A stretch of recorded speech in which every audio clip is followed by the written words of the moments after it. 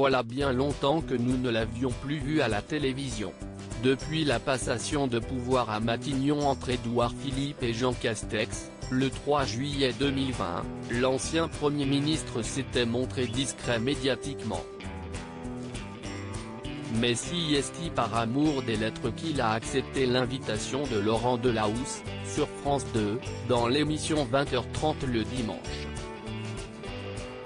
Co-auteur de 2 œuvres de fiction et d'un essai, l'homme politique vient de mêler ses passions multiples en couchant, sur le papier, son expérience à l'Élysée dans un livre intitulé Impressions et lignes claires, qui paraît le 7 avril aux éditions J.C. Latte.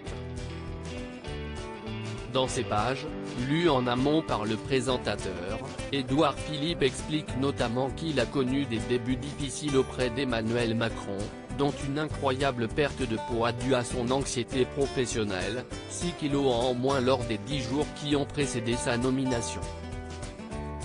Oui.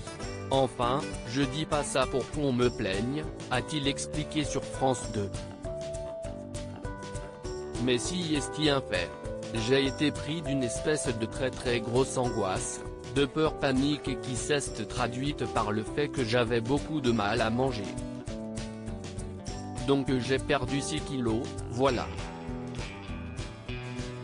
Mais je pense que toutes les femmes et tous les hommes qui comprennent qu'il va se passer quelque chose d'important pour eux peuvent éprouver une forme de peur.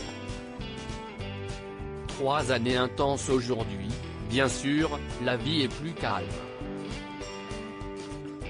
Édouard Philippe a cédé sa place à Jean Castex. Il partage sa vie entre Le Havre, puisqu'il en est le maire, et Paris, où sa femme Edith Chabre et ses 3 enfants, Anatole, Léonard et Sarah, résident, sans doute pour des raisons scolaires. J'ai beaucoup aimé, précise-t-il toutefois à propos de son rôle de Premier ministre. Quand vous avez la chance, l'honneur, d'être à un poste pendant 3 ans, avec ce que vous savez faire, à contribuer à faire avancer le pays. Si est-il une très grande fierté, un très grand honneur.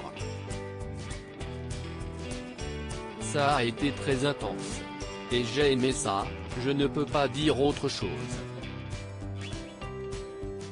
Je ne suis parti sans me sentir vraiment libéré mais sans nostalgie non plus. Ce que je fais aujourd'hui, j'aime beaucoup aussi. Je suis aux manettes dans ma ville, celle que j'aime, et si est aussi très épanouissant.